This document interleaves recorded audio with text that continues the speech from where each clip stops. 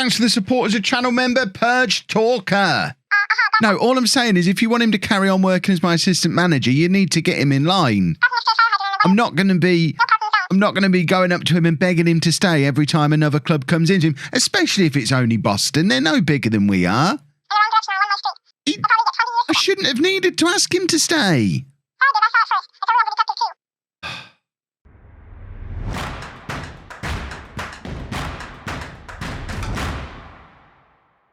Hello and welcome to part 20 of Homegrown. I'm Kevin. Coming up on today's episode, we have a home game against Kidderminster and an away game against Alfreton, both in the National League North. Since you were last with me, this is what has been going on. Form has been pretty good in the league, but we have once again fallen in the FA Trophy. It seems like we're destined not to win this thing. Dagenham, 13th in the league above, does give us a little bit of a reality check, looking forward to hopefully what is going to be next season playing in that league. And we are slowly but surely getting to the point where our players aren't awesome compared to everybody else now, and that is potentially going to be troublesome. What is also potentially troublesome is my assistant manager, Mrs Wearmouth, husband of the owner, because he almost went to Boston.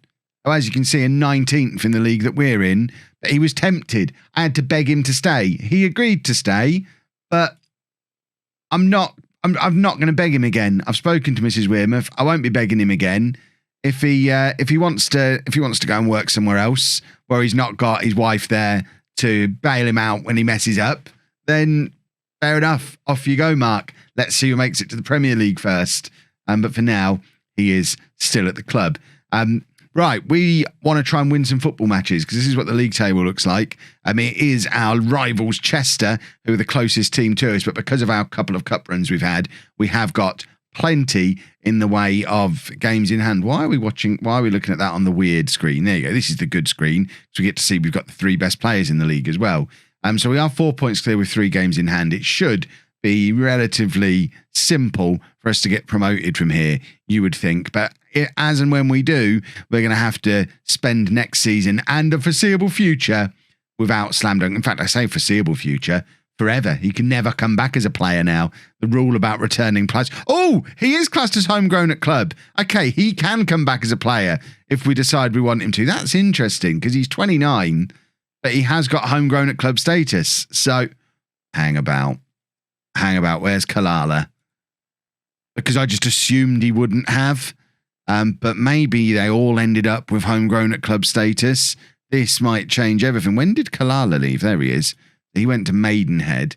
He's 30 now. I mean, we probably don't want him back at this point. He's also not trained at club.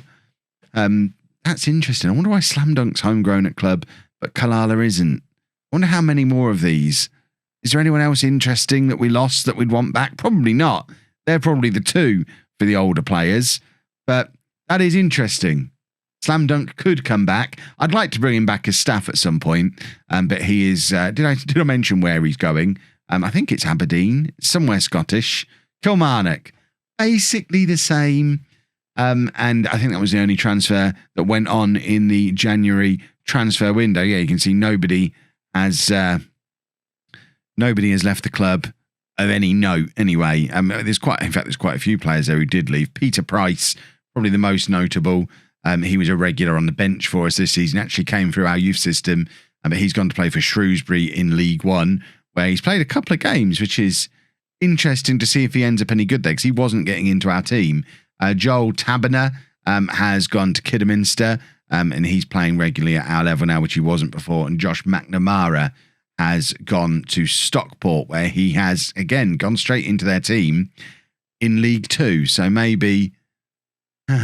Maybe. I mean, this isn't even someone who's come through our youth system. This is someone we signed, and we're signing players who are pretty good too.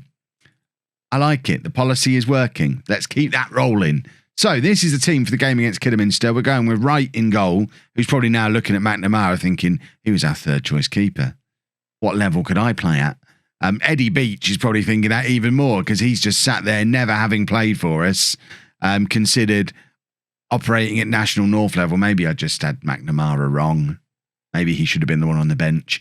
So we're going with Wright in goal. A back four of Rodriguez, Davies, Muir. I'm still never going to say it right, and he's probably going to be here forever because he's good as well. We'll say Muir. Charles at right back, slam dunk Curry, Hamilton and Camara in midfield. Camara is the only one pretty much in this squad whose contract runs out at the end of this season, because as I mentioned before, he's not going to get a work permit, so we're just going to have to let him go. I am wondering, do we offer him a contract and try and sell him to one of those clubs? That's interesting. There's so many clubs in for him who I guess think they're going to get him a work permit, which is interesting. And then Pritchard and Beerif up front. Let's jump into the game. Do you notice on that bit where it tells you the changes you make into the game? All the way through, it's been telling me to change to a 4-2-3-1. Pretty much since the start of the save, do a 4-2-3-1. I don't know if that's just Mrs Wearmouth being obsessed with a 4-2-3-1, or if there's a secret attacking midfielder at the club that I've never noticed. But who are we playing as attacking midfielder if we do a 4-2-3-1? I don't really know what that recommendation is based on. Sometimes you see it with the selection advice as well. 9 times out of 10, selection advice is pretty much, or quick pick, or whatever you want to call it. I think it's still referred to as both. I think they're the same. Are they the same thing or are they different things? But 9 times out of 10, it'll be pretty much what I would have done anyway. Maybe 1 or 2 players in the wrong place, and every now and again, it'll just do something completely nuts. And I don't really follow the logic behind it. And suggesting that we switch up to a 4-2-3-1 after all the success we've had and the lack of having any kind of attacking midfielder at the club does make me think, what's that advice being based on? Is that just that the assistant manager likes a 4-2-3-1 and that's why he's recommending it? Or is there some deeper thing that I'm not following? Is there someone we should be training to be an attacking midfielder? It makes me ponder from time to time. I'm not going to worry about it at the moment because we're winning football matches. But if we were to get to the point where we started to struggle, that's the sort of thing that I'd look at and think, oh, maybe I should try that 4-2-3-1 that Wearmouth's been going on about. And then I'm going to get myself in trouble because it's not going to work because we don't have any players that fit it. Rodriguez with the cross, Beerif with the effort that's straight into the hands of the goalkeeper. And they've got a house in goal against Holme, which is, didn't we play against a house up front recently as well? We're now playing against a house in goal. I wonder if, obviously the tweak for the save this year is we're managing home. They all have to be homegrown. Maybe for next year we'll manage home again and they all have to be called house or variants of places where people can live. Do you get any players called flat? Is there any caravans out there? We can just have, that might be stretching it a little bit. That feels like something I should probably do on Twitch rather than here on YouTube. They put up with any of my nonsense over there. Stream most nights. You should come over, twitch.tv/LOLLUJO. Link is in the description if I said that too quickly for you to click. But that's the kind of nonsense you can expect over there. We're still not winning this game. Rodriguez with the interception there. Nathan Curry plays it back to Davies. Nathan Curry, by the way, say hello to us down in the comments. How does it feel to finally have a player who's featuring in the episodes? Because those of you who haven't been around on the channel for the last few years might not remember Nathan Curry being the nearly man of, I think, was it a non-league to legend save? Or was it the original Home? I forget. But Nathan Curry was a name in the game player that we had for a number of, probably 8-9 seasons. And he never got in the team. And then we released him. But he was playing non-league forever, so Nathan never got to re-roll his name in the game player because his player never retired, even though he was useless. And we'd check in on him every summer, and he never did anything other than just playing deep in the non-league. It must be lovely for him actually having a player who's getting game time in episodes now. Right, we're going to switch up the front too. A rare appearance for Henry Barton.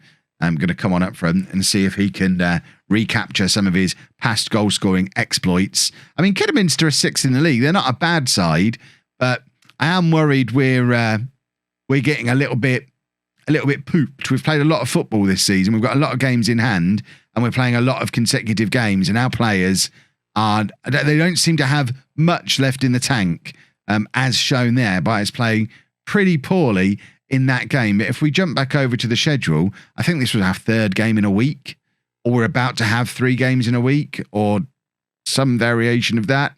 So we played Saturday, Tuesday. In fact, we had a break there, but we've got Saturday. Then we play again Tuesday, Thursday, Sunday, Tuesday.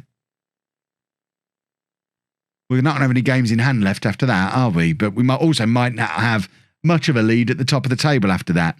Let's go and play Alfreton in 2 days' time. Right, a couple of tweaks in midfield for this game then, just to keep players fresh. Whittaker comes in on the right-hand side. Bandera comes in alongside Nathan Curry. It would be nice to be able to rest Curry as well, who's not fully fit. But for today, Micah Hamilton is going to sit out. Cisse still recovering from an injury. Teddy Davey coming back to the bench for the first time in ages. I think he's probably somebody we're going to be releasing in the summer, who he just doesn't get into the team anymore. He's fallen down the pecking order. And I'm just having a look at the financial situation, because I'm very aware that youth intake day is approaching, which means both obviously new players for us, which is very exciting. Channel members, keep an eye on the community page if you're a Name in the Game channel member, so you get first dibs on new youth players when they come through. But also it means the big clubs will be looking to announce which of their youngsters are being rejected, and that's a big day for us when it comes to bringing in new players. And at the moment we're over our wage budget because I've been renewing lots of contracts. We're actually below the wage budget for committed spending, so next year it's going to come back below, but currently it is above, because there's a couple of players who are here now who won't be here next year who are on contracts, namely Slam Dunk and Henry Barton as the two big ones, who are probably picking up £500 or £600 a week between the two of them. So I'm a little bit worried that we might not be able to offer contracts to the Premier League youngsters that are being released, which could cause a problem for next year. So I've just gone through and released a bunch of fringe players. The most notable, Derry John Allinson, has left the club, who played maybe 3 times quite early on, but he's now gone. He was just sat there on a non-contract. But yeah, I was looking at Teddy Davey thinking he's on £200 a week and he doesn't get near the team. We need to be careful. I know we're bringing a lot of young players in at one end. We do need to be careful about being ruthless enough with moving them out at the other end, and not just letting all these players we sign at 18 stay with us until they're 23. Because although that might be something that's doable if we were a massive club with loads of money, we are still a little club with not very much money, although we've got more now thanks to the Man City Cup run. So if these players aren't regulars in our team pretty much straight away, or very close to like within a year of being with us, we probably need to be moving them on, or certainly not giving them guaranteed contracts like we did with Teddy Davey. Although to be fair, Davey did play most games last year and has kind of been a victim of both the arrival of Hamilton and Bandera and the emergence of Nathan Curry, and it's pushed him down the pecking order. But we do need to be ruthless with players like that and say, right, well, if you're pushed down the pecking order, you're not getting a new contract next year, because we can't afford that kind of player to be on, like, he's probably on maybe £200 a week, but on a £6,000 a week wage budget, that £200 a week can be the difference between us signing a new player or not. And there might be a better player than him out there. It's all very, managing the money at this level, it's all very complicated. Slam Dunk's just made it 2-0 for us. It was always going to be a more comfortable game today. Alfreton are down in 15th place in the league, whereas Kidderminster, of course, are challenging for promotion. So this should have been comfortable. It looks like it is going to be relatively comfortable. So what we're going to need to do is make sure that we are keeping an eye on fitness levels, because it's Tuesday now. We play again on Thursday and then again on Sunday. So we don't have a massive squad. I have to be just complaining that the squad might be a little bit too big. It's a very small squad of players that we actually use. So we are going to need to keep an eye on some of these boys, the likes of Pritchard, Slam Dunk, Curry. These are players who regularly need resting because they get tired a lot. Whittaker's another one. They're not going to be able to play all of these games. So we're going to have to use them sensibly and rotate as needed. Slam Dunk has just got his 8th goal of the season to make it 3-0. I wonder if he's the all-time record appearance holder yet. He must be close. He must be there. He's the only one who's still playing regularly who was here right at the start. I know it was originally Barton, then it was Bachelorette Pitetta. I'll check. Oh, crumbs. I've just done the wrong team talk. I said I'm not happy and they're all confident and motivated. Maybe none of us understand team talks after all. We're 3-0 up and I've said it's not good enough. And they're like, yes, boss. Let's go do even better. All right, lads. I mean, I misspoke, but if it works, it works. I'll go with it. I think, yeah, we'll check Slam Dunk. He must be all-time record appearance holder. It might even be close to all-time top scorer, because he always gets in the sort of 15 to 20 goals a season range. So we're checking on that as well. We haven't checked on those numbers for a little while. Right, we're going to take those two off for now. In fact, we are going to take off Pritchard as well. We're just going to do 3 substitutions straight away. Roberts can go ahead of Beer. If it does mean that Harrison Davis, who's another one who regularly needs resting, probably won't start the next game now. Same with Slam Dunk, because we're going to run them dry today. But then they should, theoretically, be back for the weekend as long as they don't pick up injuries. Slam Dunk with the free kick, 86 minutes on the clock, looking for a 4th. It is cleared, but only as far as Whittaker, who plays it back to Slam Dunk. Cross comes over, Roberts is there, and there is the 4th goal. His 13th of the season. One of really the 4 strikers who are probably all on between 10 and 20 goals between them. You've got the 2 who usually start, Pritchard and Beerith, but Whittaker and Roberts, both well into double figures for goals as well. And that's the reason Henry Barton doesn't really get a look in anymore, because there's 4 young players ahead of him who were scoring loads of goals, and Tyler Roberts, definitely one of those. So I will do a proper team talk this time. There you go. This guy can't make up his mind. He wasn't happy. We played worse. Then all of a sudden he's happy. Right, we've got an offer for Henry Barton. That is big, because ties in exactly to what I was just talking about.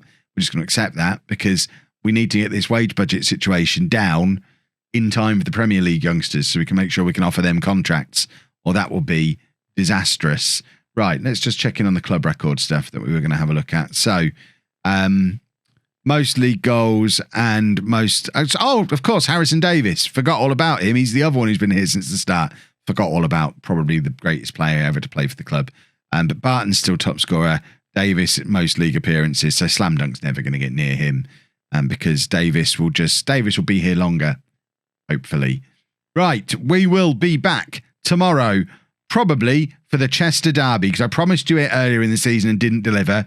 So we'll do Chester tomorrow, finish the season off the day after, and fingers crossed find ourselves in the National League. And we should have some youngsters to show tomorrow as well, because by the Chester game, the new youth intake will be in. So we'll have some young players to show as well. So double reasons to watch: a local derby and new youth players. Lovely stuff.